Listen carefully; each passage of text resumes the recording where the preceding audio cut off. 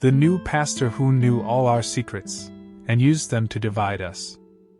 Sunlight filtered through the rose-tinted stained glass of Gracewood Chapel, casting ruby and emerald patterns across the pews. The organ's chords swelled, and the congregation shifted with eager anticipation. Today was the first sermon of our new pastor, Reverend Ethan Jones, and the small town buzzed like a hive at spring's first bloom. I sat in the third row, kimono soft scarf draped around my shoulders, hands tightening on the worn edge of my hymn book. I'm Laura Bennett, a numbers woman by day and a soul weighed by guilt long after the sun has set. Last Christmas, desperation drove me to slip my own rent money out of the collection plate, just a few bills, but enough to brand me with shame ever since. The organ died away, and Reverend Jones entered through the double doors. His robes fell around him like gentle promise. He paused at the threshold, surveying us with calm eyes. When his gaze landed on me, it lingered, just a heartbeat too long. I felt exposed under that steady look, as if he already knew the secret I'd buried months ago. Maybe he can help me finally move past my guilt, I told myself, willing my cheeks not to burn.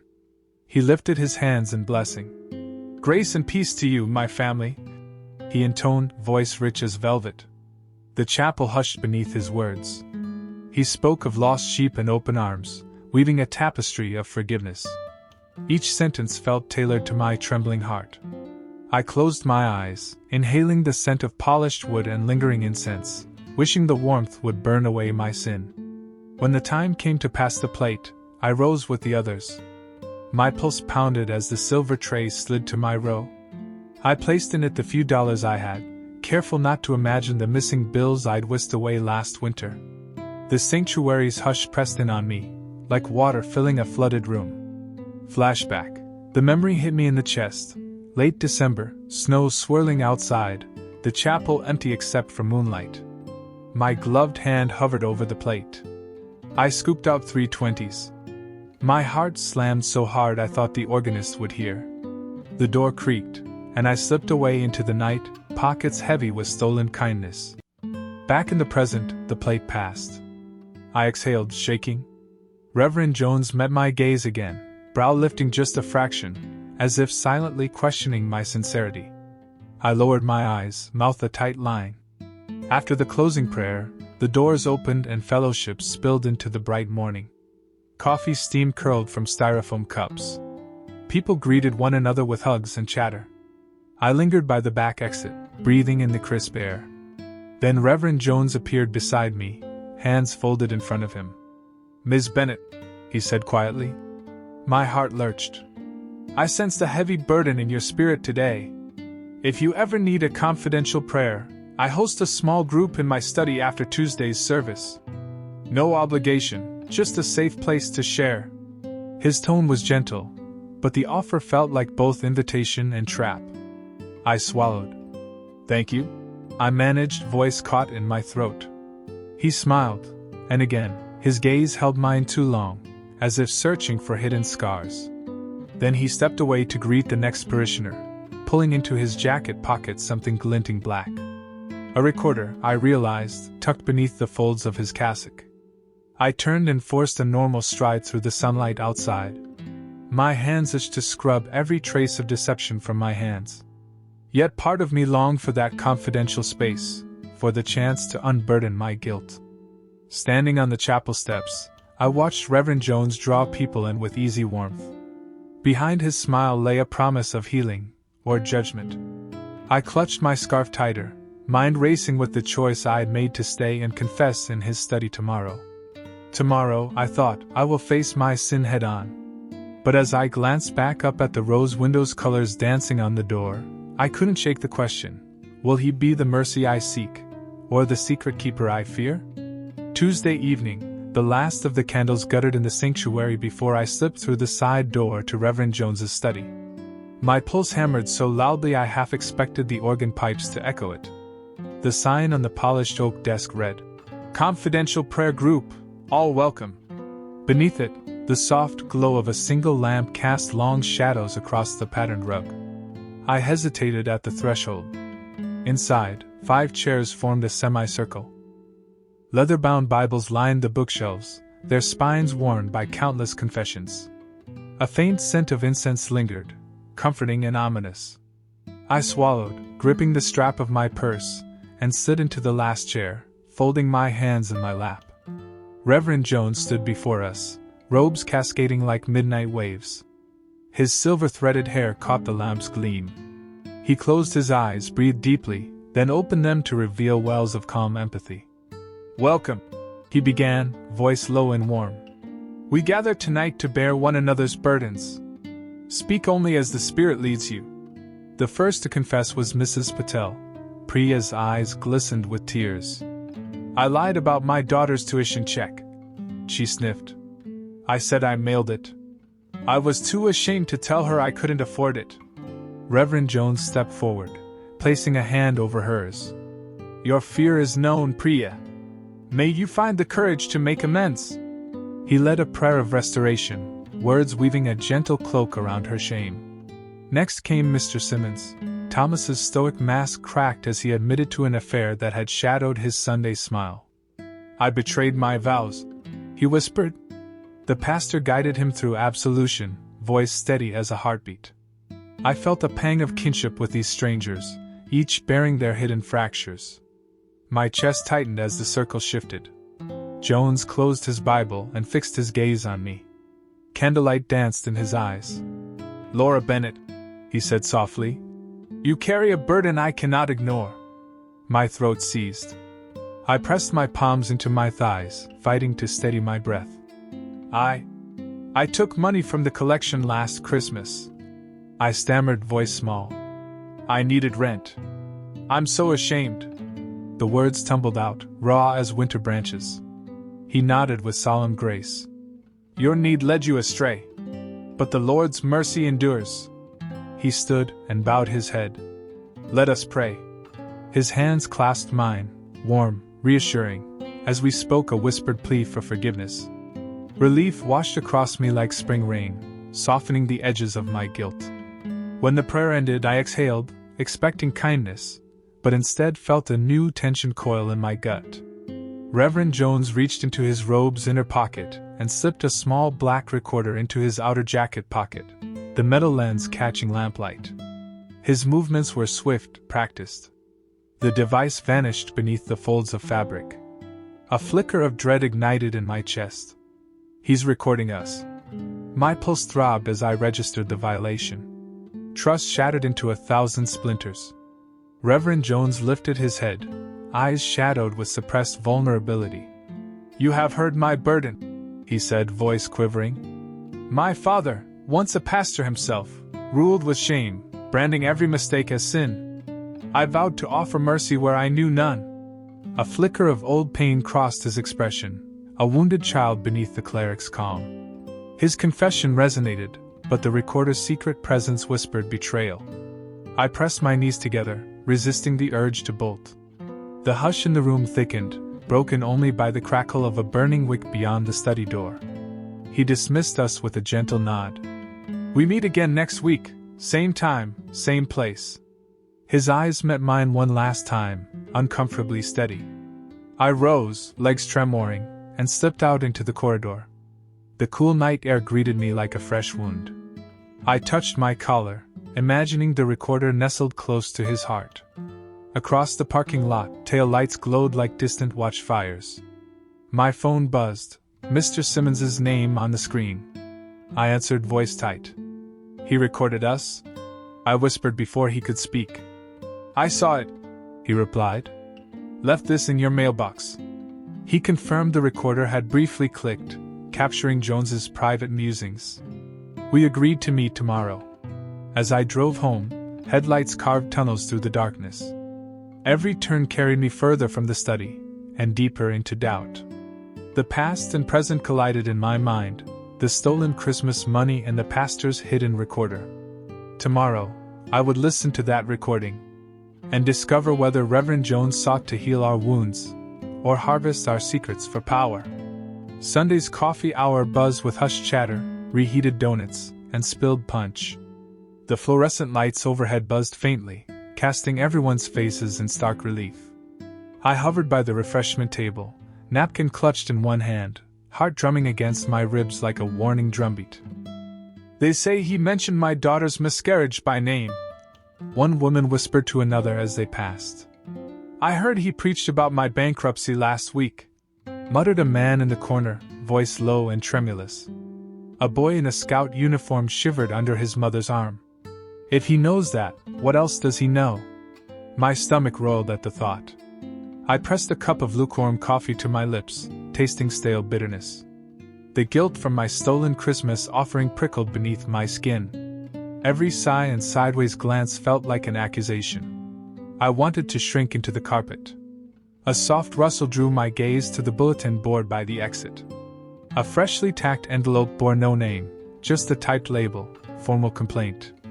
My pulse staggered. I edged closer, breath catching. I tore it open, unfolded the crisp stationery, and read, "To the Council of St. Mark's Chapel. Reverend Ethan Jones manipulates our private confessions, using them for personal power and control. I demand an investigation. A concerned parishioner." My fingers trembled. This wasn't rumor, it was a direct challenge. I glanced around. Faces flicked toward the board, stunned. A ripple of disbelief pulsed through the crowd. Karen, my friend from Bible study, sidled up beside me. Her eyes were wide. "Laura, did you see this?" she whispered, voice barely audible over the din. I nodded, sliding the letter into my coat pocket. "Someone's calling him out." She frowned. "But who? And can we trust it?" Split suspicion cut through me. What if this was a setup, another manipulation by Jones himself? He could plant a complaint, then expose the enemy, tightening his hold on us. Or someone truly brave had risked everything to expose him. My mind reeled. I sipped coffee, hoping the burn would jolt me to clarity. Instead, it blurred my senses. Around me, parishioners clustered in anxious knots. Mr. Simmons paced by the hymnals, reading and rereading the letter. Mrs. Patel pressed her palms to her cheeks, eyes glistening. I slipped to the corner, head spinning. Under the buzzing lights, I saw a small table where new bulletins waited. I rifled through them and found one tucked between the pages, another anonymous note, this one scrawled in hurried ink. "He records us in private, then quotes us in public. Guard your words." My heart thundered. The recorder, red flag number 2, came flooding back. Now someone confirmed its existence. I tapped my foot, mind racing. We need proof. I needed to hear the recording from Mr. Simmons's USB drive. I needed to know who wrote this complaint, ally or agent of chaos. A gentle hand on my shoulder startled me. Mrs. Peterson, the church secretary, stood there, face pale but determined. "Laura," she said softly, "I've noticed things, made copies of emails Jones sent me. Sermon drafts referencing personal confessions." She held out a manila envelope bulging with pages. "Take these. We need to decide, expose him here or go to the diocese." I swallowed, steeling myself. "We start here," I said, voice firm despite the turmoil. "We call a special council meeting, bring our evidence. No more secrets." She nodded, relief and fear flickering across her face. "I'll alert Karen and Mr. Simmons. Meet me at the parlor tonight." As I watched her slip away, the chapel halls felt both sanctuary and labyrinth. Every corner could hide a friend, or a spy. Every whisper carried weight. If we move too soon, he'll strike back. But inaction would let his power grow. I folded the complaint and bulletin into my coat pocket. The air tasted of stale coffee and fractured trust. I squared my shoulders, resolve coiling in my chest. Tomorrow night, I vowed, we gather our allies, hear the recording, and unmask him once and for all. Outside, dove-white clouds drifted across a pale sky. I stepped into the crisp afternoon, leaving the murmurs behind. In my hand, the formal complaint burned like a promise. Our seeds of doubt would soon bloom into reckoning. Wednesday nights, recommitment, service filled Gracewood Chapel to bursting. Every pew occupied, bodies lined the walls like silent sentinels. Candlelight quivered across the ceiling, and the organ's softened chords gave way to an expectant hush. I slid into a back pew, hands clenched in my lap, recorder's weight pressing against my thigh. Tonight, we'd see how deep Reverend Jones's betrayal ran. He ascended the pulpit with quiet authority. His robes fell in crisp folds. A flicker of triumph glinted in his eyes, like a general before the battle began. "My beloved," he began, voice resonant, "we strip away lies tonight. Total honesty." A murmur rippled through the congregation. I steadied my breath. Karen sat beside me, fingers tapping her hymnal in anxious rhythm. Jones invited the first confessions. Mr. Harris, voice quavering, admitted to hidden gambling debts. Jones praised his courage, leading a swift prayer. Mrs. Nguyen followed, tearfully confessing secret envy of her neighbor's blessings. Each absolution felt like a calculated step, luring us deeper into his web. Then came the accusation meant for me. Sister Agnes, pale under the votive candles, rose. "I saw Laura Bennett take hymnals from the choir loft," she said, voice echoing. Head snapped toward me. Heat flared in my cheeks. Not again, I thought, heart pounding. Jones's lips curved into a private smile as he clicked his remote. The projection screen illuminated behind him. I watched in stunned silence as security footage played, the choir loft's wood panels, the camera's grainy perspective. A figure in a cassock approached the bench, slipped hymnals beneath the folds, and dropped them into the collection basket. The shot zoomed in on the embroidered cross on his sleeve, matching Jones's own robe. A collective gasp rose. Jones turned, arms open. "Behold the hands of false witness," he declared. "I planted this to expose deceit." His voice was smooth, triumphant. My heart thundered with fury. He framed me, twice now, turning our trust into a spectacle. "Divide to conquer, let them tear each other apart," his earlier thought echoed in my mind. Whispers spread like wildfire. Some parishioners reeled in anger, others blinked in shock, uncertain where truth lay. Mrs. Patel's face crumpled as she clutched her husband's arm. Mr. Simmons's jaw clenched, anger and betrayal warred in his eyes. A child covering ears behind her mother showed even the youngest felt the fracture. Jones let the silence hang, watching us fracture. Then he raised his hands. "Confession frees us," he intoned. "We will not be divided by hidden sin." But the bond was shattered. I retrieved the recorder from my dress and pressed play. Jones's own voice filled the hall. "Divide to conquer, fear binds them as I guide." A shocked hush fell. Jones's triumphant mask slipped, eyes narrowing. I rose, voice ringing clear. "Your power grows from our shame. We will not serve fear." Heads turned, solidarity igniting. Karen joined me, holding the complaint letter. Mrs. Peterson stepped forward with the email printouts. Piece by piece, we laid our evidence beside the flickering candles. Jones stumbled, brow furrowed. He opened his mouth to protest, then closed it, unnerved by our united front. The organ broke silence, transitioning into "Great is thy faithfulness."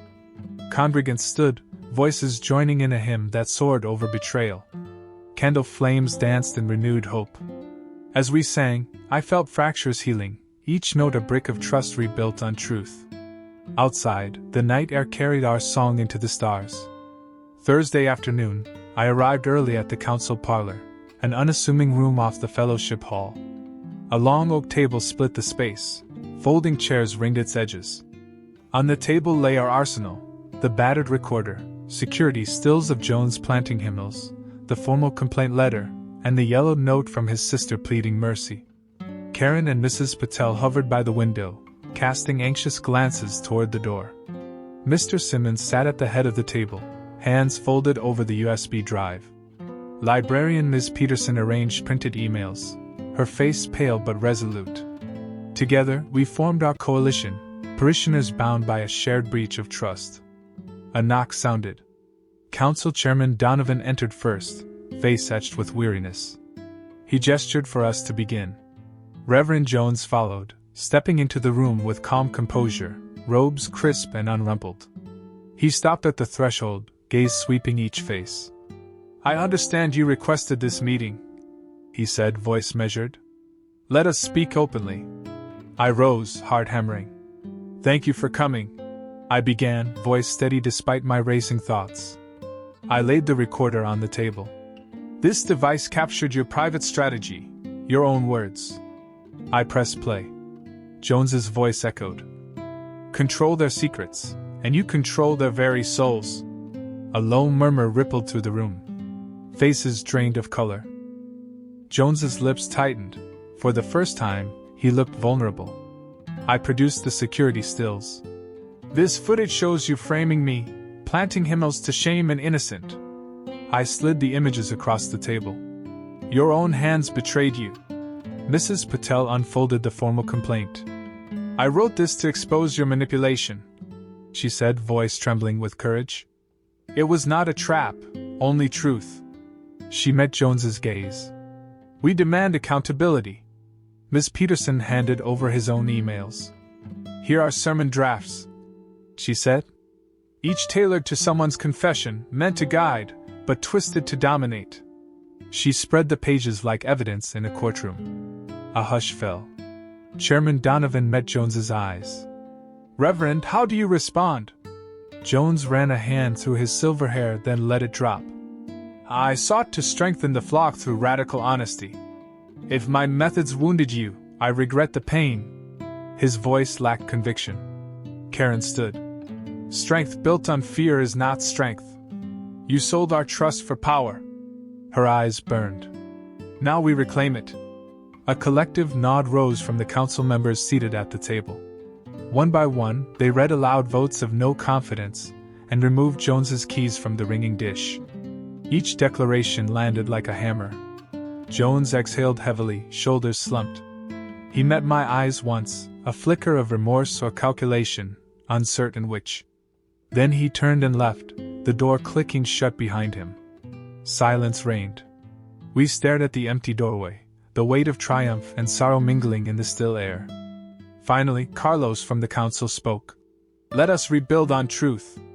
We gathered our evidence, lifting each item from the table. The recorder went into a locked safe. The letters were sealed in church archives. The complaint letter was filed in the diocesan office. As we exited into the late afternoon sun, parishioners waiting outside broke into relieved applause. Children scampered nearby, the first notes of a hymn drifting from the hall. I breathed in the cool air, neck uncoiling tension I hadn't realized I held. My voice rose with the crowd in, Great is thy faithfulness. Each verse a step away from fear. Standing on the front steps, I whispered to myself, You sold our trust for power, and now we reclaim it. In that moment, the wolf was unmasked, and our flock, wounded but undivided, stood ready to heal. Sunday dawned with a gentle promise.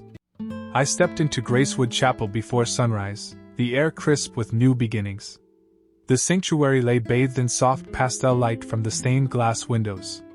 At the front, a simple altar held 3 items, a brass bowl of cold water, the charred remains of Jones's recorder and letters, and a wicker basket brimming with white candles.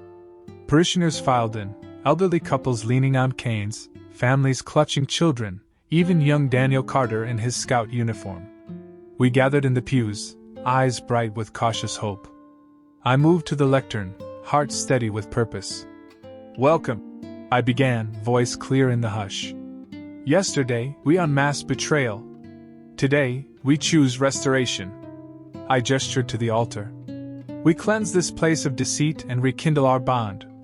One by one, people came forward.